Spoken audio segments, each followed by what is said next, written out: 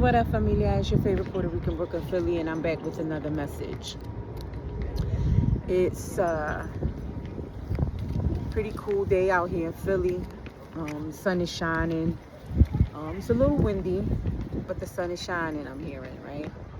And yeah, I felt the need to come out and do a reading, a quick reading. And yeah, let's jump right in. Let's see what I wanted to say spirit, but I heard the spirits are blowing, right? A whispering I'm hearing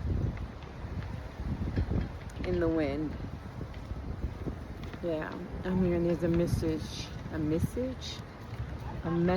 to be shared. Interesting.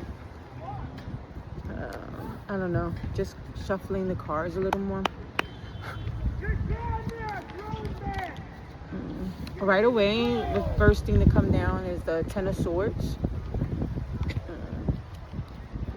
Ten of Swords. So some type of ending, a completion.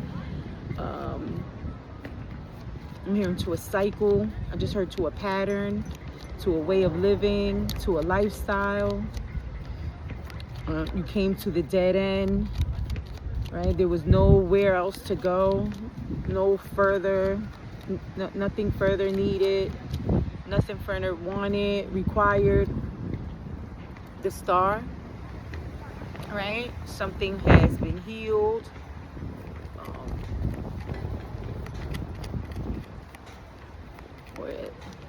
Something has been healed, washed away, cleansed, dissolved. I'm hearing the struggle is over for you, right? That's a song, I think.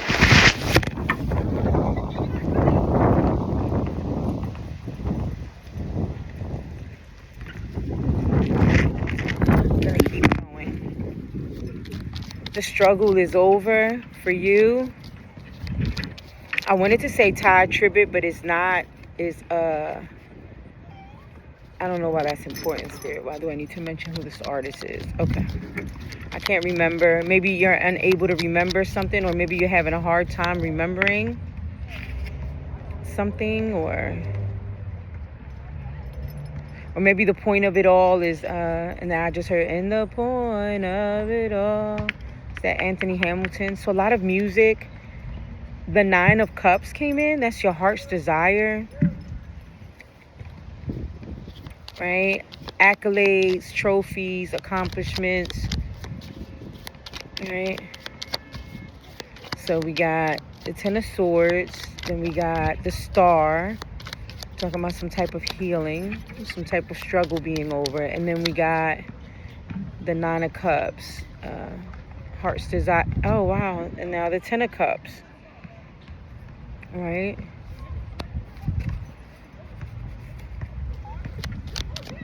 I don't know, it feels disjointed. I'm trying to piece the message together, but it doesn't, it's not flowing, it's not clicking. So again, maybe about that this is already happening or has happened, but you're, for whatever reason, unable, my nose is itching, yeah, that's my ancestors, unable to see it clearly.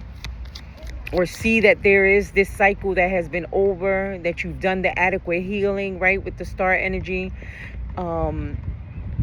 Maybe regarding or concerning or now I'm hearing your legacy, your accomplishments, the accolades, so now I'm hearing, there are a lot of the times when we complete certain cycles, certain patterns, or are successful overcoming certain, I'm hearing belief systems, right? Because the source can be mental communication as well. So mental thoughts that, or mental pattern or mental blockage, that you were able to heal through, that maybe literally blocked or prevented you from thinking that you can accomplish certain, or achieve, or even acquire your heart's desires, right, with the Nine of Cups. But then the Ten of Cups come out, which is the ultimate, what is your ultimate joy, right? And that at this time it may be difficult to see it, but that is it's coming in, right? Hold on, keep on holding on, don't give up faith, I'm hearing, right? That, yeah, if we reach the 9, then the next one is evidently the 10, right? Which came out, which was the 10 of Cups, right? And that's the ultimate happiness for you, whatever that may look like to you, and it will be different for everybody. Now we have the 7 of Pentacles, which is typically an assessment at looking at what we've already reaped, what we've sown, and how, and what we've drawn from what we've sown. So it's been a lot this past week about life review, looking at what we've done, accomplished. So again, it's taking me back to that. So there's a sense of needing to look at how far you've come, how much you have healed, the 10 cycles necessarily that you have been victorious over, the accolades and the accomplishments that you have obtained up to thus far, and to see it all, that, you know, so there's a sense of you've already reached this 10 of Cups, right? So maybe it's something about perspective. I'm hearing gratitude. I'm hearing, so a lot of the times we, you know, I know for myself, I can attest to this, that, you know, I can accomplish something and then maybe enjoy it for 30 seconds. And then I'm off to, well, now I have to accomplish the next thing, and then enjoy that for like 30 seconds. And then, so there's something about, I heard, becoming resolute and really grounding yourself and intentionally really doing a life review, reflecting on how far you have come, reflecting on all that you have healed, reflecting on all of the accomplishments and accolades that you have acquired up to this point, and truly celebrating yourself. Thank you, Spirit, and them, right? Okay, now that makes more sense. So there's like a lag, I'm hearing, right? That there's this process of coming to this realization, right? And Spirit is saying that, you know, they understand that how hard it is to see it when you're in the thick of it, right? In the muck in the mirror. I don't know. It's a saying, in the muck, right? In the thick, in the muck of it, how hard it is to see. But yeah, that you have moved forward, right? You did move forward. Or after this life review, now you're ready to move forward, or that's when you'll be ready to move forward. But they're not going to allow you to move forward until you're until you yourself recognize your accolades, your accomplishments, all that you have healed, all of the obstacles you've overcome. I'm hearing in the emotional, and the mental, and the physical, and the spiritual planes. Now I'm hearing the generational curses, that, you know, now I'm hearing bloodline, legacy, right? And how important, and that's interesting, because the card that just flipped out, I'll leave this in the deck. I love her. I know I've never met her, but I'm so grateful to her for the illustrations that, you know, we're utilizing now in this tarot deck, right? The Rider-Waite Smith, Pamela Coleman Smith, was the illustrator of these cards. And she has quite the legacy, right? Yeah, there's something about legacy and recognizing it, right? I love the picture they chose of her as well. I think she's very beautiful.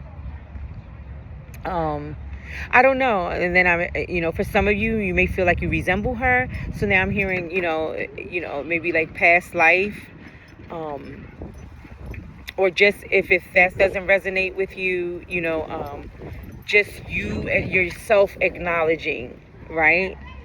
And what's interesting, thank you, Spirit, is if you want to take a snapshot of this card, if you read her little autobiography that they printed here, while she was living, there wasn't, she died poor, to be quite honest.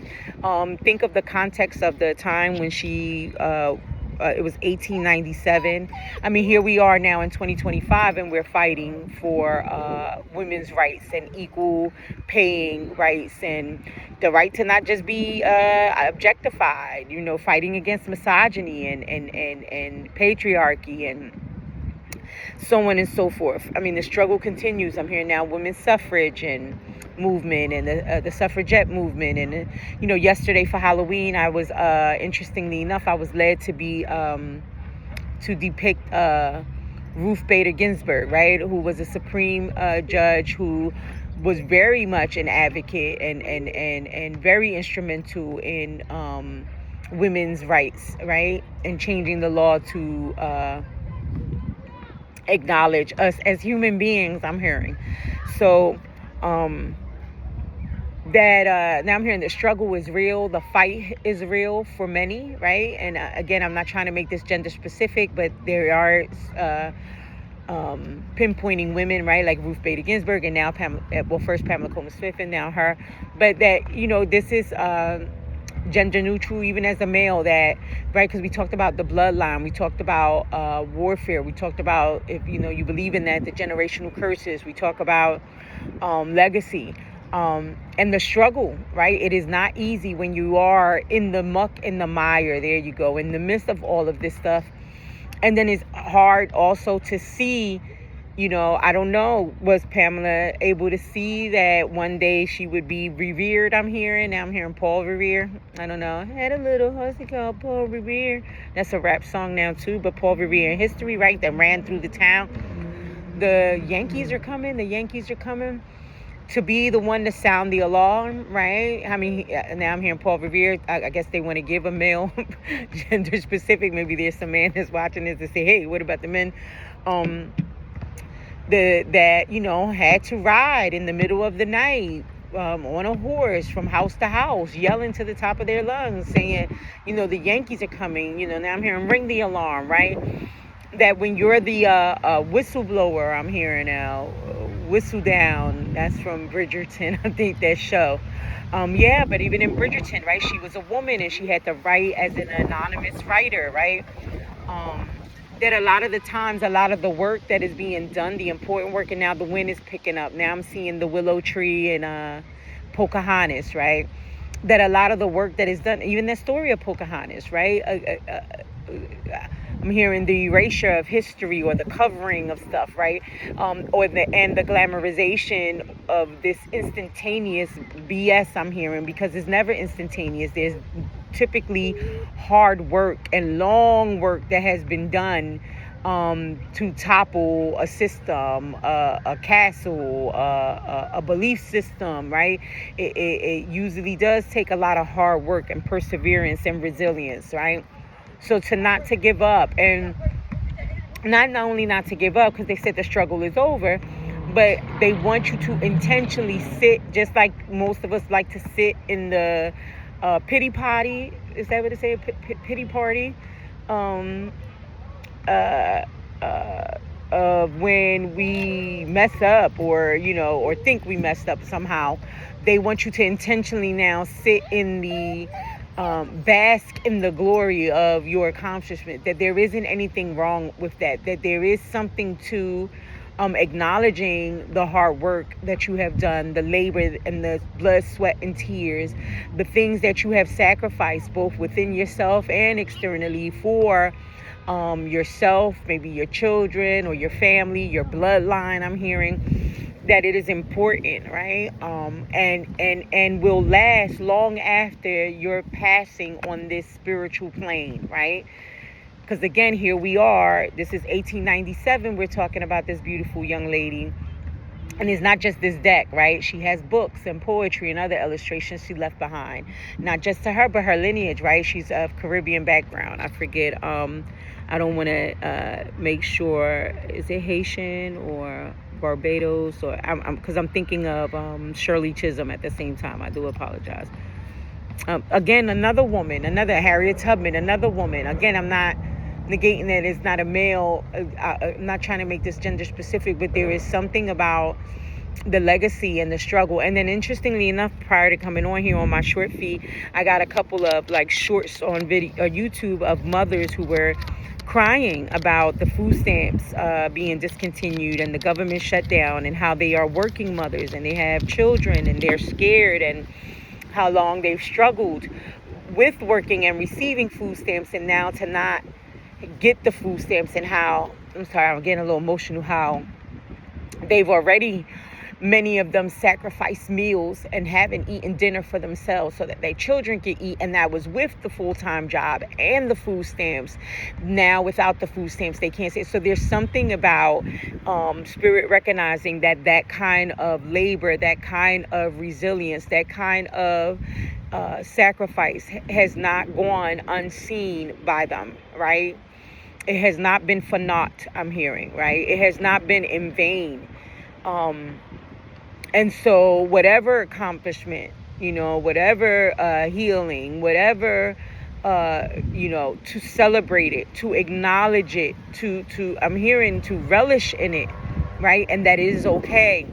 I just heard, I'm going to say it, fuck this spirit of humility when it comes down to that. That is not the time of humility, and that is not the type of humility that spirit is desiring, right? There's another humility and meekness in other ways, but not in this context, right? And look, the three pentacles came out again, right? I mean, it's about collaboration, yes, but it's about this person standing up here on the bench that is instructing, teaching, showing what they either have, how the architecture was constructed, what they did. Here is the skilled person talking about his skills, right? And whatever capacity that means for you, right? Are you a public speaker? Are you a carpenter? Are you a hairdresser? Are you a architect? Are you an engineer? Are you a mom with children at home, or a dad with children at home?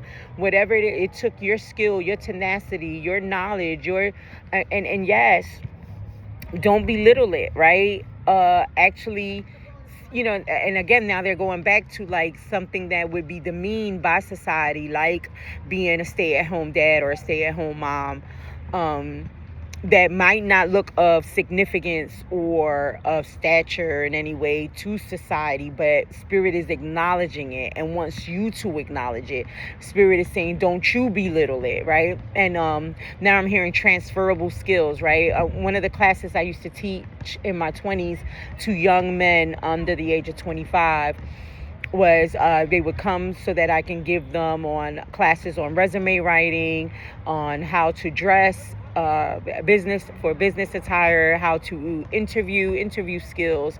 And a lot of them had already been in problems with they were referred to me by youth parole and probation, and adult parole and probation, depending on it was keep them alive until 25. That was the model, because statistics have proved that if they stay alive past 25, their chances of living a longer productive life and being a productive member of society would increase, right? That they noticed that the death rate and all the other rates were under 25. Anyway, one of the ways that I would reach out to them was that I would tell them that, if they were used to particularly drug dealing or even stealing cars and chopping them up, whatever, that they were already businessmen and women, right? That they already had, to an extent, already had the skills of learning how to count the money, how to divide the money, how to,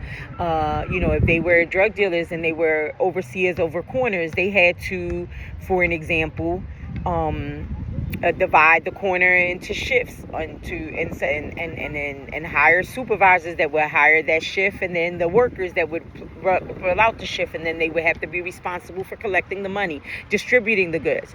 So all of these skills was transferable skills that I showed them that they could then transfer into their quote unquote into the job in the workforce. And when I laid out that picture for them, when I laid that out for them, they, that clicked. You could see their eyes sparkle. You could see them like say, oh, wow, where prior to that, they were unable to see. All society told them was that they were pieces of crap that were incarcerated, and they were negative impacting on society, and they had no value, right? But the whole time they held these skills, right? I'm recording, Papi. No, it's okay. Yeah. I know. Thank you, love. I'm gonna be like 5 more minutes. Okay. So, they already, and that's even interesting, right? We see a beautiful man over here working with his kids, trying to do, be a dad and a coach, it looks like. That's a beautiful thing when you think about it like that. So there is something about, and see, that's a job that maybe to others it would be like nothing, right? Like, oh, that's just nothing. But no, this is what this card is talking about. That to hype yourself up, right? To pat yourself on the back. To don't look at what maybe even society would deem as, and I'm not editing that out, right? Because I think that was very purposeful by Spirit to not think of maybe the couple hours he's about to spend out here in the park with his children as something futile, right? The majority of the society wouldn't see that or maybe even recognize that. No one is probably going to get on ABC News tonight and applaud this man for what he's doing, but he should applaud himself, right? He needs to recognize, because he literally is being effective in the future of the future generation, right? These children are going to grow up one day to be men and women who hopefully reflect similar values as the one he's out here showing them today, right? Maybe his son, if one of them are his sons, or this little kid is going to remember, that's the kind of man I want to be. Or if it's one of the little girls, that's the kind of man I want in my life, right? The man that would take out time to come out here on a Saturday, maybe after working all week, right? Maybe after worrying about how they're going to put food on the table. But I still think it's this kind of investment is so important, right? That was beautiful. So that was very much Spirit led, I believe. Sorry, I'm getting a little, my dog. Okay, he's out here with me. So that was that 3. Now what came out, look at this, the Lovers, right? So the Lovers is about choice for many. It can be about 2 people. But based on the context that we've been discussing, that Spirit has had me discussing up to this point, there is something about choosing oneself, about finally, again, yes, if we're looking at giving ourselves the accolades, if we're looking at giving ourselves prop, and Spirit is wanting us to relish in that and to recognize that, then there is something about recognizing each other, and each other meaning our eternal selves, right? Again, there's something about choosing oneself, choosing what are you saying, Spirit? Choosing self, right? Choosing to see yourself the way this angel would be looking down upon you both, right? And seeing you, right? Seeing you. Thank you, Spirit. The Spirit is saying, I want you to see you how I see you. I want you to be proud of yourself, and all of you, right? There's this wholeness here, this completion, this balance between the yin and the yang, the light and the shadow, right? To use Jungian terminology, Carl Jung. And there's this beauty. Look at the sunshine, and look at there's passion behind, and love I'm hearing, from the angels above, your ancestry, your angels, the divinity, if that's what you believe in. They're saying they're proud of you. They're singing your praises. They want you to sing your praises too, right? And then there's something about when this relationship is whole and complete, then it does then open up room for a world of these types of relationships, whether it's in friendships, careers, moves, and or just with self. Anything else, Spirit? How many cards do I have? I usually do a 9 card spread. Do I have 9 cards already? 1, 2, 3, 4, 5, 6, 7, 8, 9. Yeah. I think that's the message. I think that's where they wanted at. I think it is that cut, dry, and simple, even though it's not simple at all. And at the bottom of the deck, the Chariot, right? Yeah, there is this sense now. And I love, I just want to say I love this Chariot in the sense. I don't know why I said that, but I love the way, I guess, this Chariot is the one representing this message that is being sent forth, because usually the Chariot can also be depicted with the horses in front of it galloping, right? Already in motion, moving forward, right? But here there is this rider, right, who is I want to say very much prepared. Interestingly enough, this rider is looking like the high priestess to me, with like this crown and the stars above, and right, and I'm hearing also the full armor of God, right? So for our Christian brothers, sisters, and friends who are familiar with the Christian canon and even adhere to that, one of the things that, one of the New Testament books would talk about, I think it's in Galatians. Don't quote me, please. Fact check. There's something about fact checking too, right? Always fact check stuff. So, but it talks about putting on the breastplate of righteousness, the helmet of salvation, the shoes of the gospel, the sword of truth, right? And things of that nature. So this person looks very much prepared, right? With this breastplate and everything. And then the crown. Is it a crown? Yes, it's a crown. And then the star. Again, it looks very high priestess right there. You have this knowledge. You have this wisdom. You have this experience, right? Both I'm hearing in the ethereal and spiritual plane and in the practical plane. You have everything you need to be able to move forward now, right? Because the Ten of Swords, that's what we started with, which meant an ending of an old cycle, right? And now you're going to be propelled and compelled to move forward into the next cycle. And for this next cycle, this next level up, you already have everything, just like a seed of an oak tree. Let's just say everything that you need to grow into the mighty oak is already in you, like Prego, I'm hearing. And what I wanted to point out before going into all that is that this chariot, you see the two sphinx, which is interesting. They're using that, right? Ancient Egypt, but they're both they're talking about black and white, or yin and yang, and light and shadow. But there's this balance, right? There's something about all of this symbolism in the card, right? And then look, they're leaving behind these castles and these structures. Again, remember I said earlier, there's something about in those 10 swords that, it was also about mental, right? Structures, right? And I said, I think I mentioned the word castle even, right? And castles can be communities, actual homes, jobs, and mental, right? Emotional, spiritual. I'm hearing everything, but you're ready to move forward, right? Although the chariot hasn't left yet, Spirit is saying, and then what I'm hearing is it hasn't left because maybe you're being a little hesitant. You are a little concerned, right? Remember, we were talking about how it's hard to see things when you're in the muck and mire of things.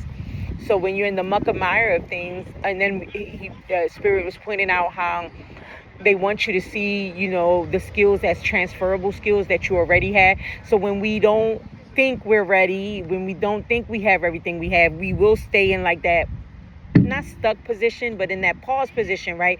Either polishing the armor, trying to get more experience, trying to get everything ready. And what I'm hearing clear as day is you're ready. You're more than ready. I'm hearing you're more than a conqueror, right? And I just heard, when I move, you move just like that. So you're going to be called to move.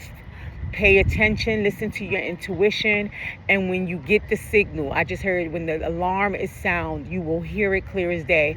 I heard my sheep hear my voice, right? You will know, and when you hear it, move without fear. I'm hearing without fear, right? And even in trembling, right? And I'll close out with that. There was this woman, I don't know, I was listening, maybe it was to a TED Talk or something. They were saying, it was a TED Talk, and she was talking about, I forget what we were, what I was listening to her at that time on the podcast about, but she was talking about how she was in an accident, and in the accident she experienced trembling, and that it was talking about regulating the nervous system, that the trembling was a sign of her body regulating itself, and she was like trying to stop the trembling and stuff, but she was saying no, that the trembling is good to allow, if you find yourself in that trembling, because that's the way of the body regulating itself. So even I just heard, like Nike, just do it afraid, it's okay, but not because you're doubting yourself. Don't doubt yourself. You have everything you need to succeed. It is already done. It is written. It is yours. So it is. Amen. Amin and Ashe. We love it. That was the message. I pray that it helped you in some kind of way, and it gave me encouragement and hope as well. And yeah, don't give up. Don't quit. You're there. You've done it. You've made it. The hard part has been done. It's just now the belief and the sliding. I just heard slide on in. Until next time.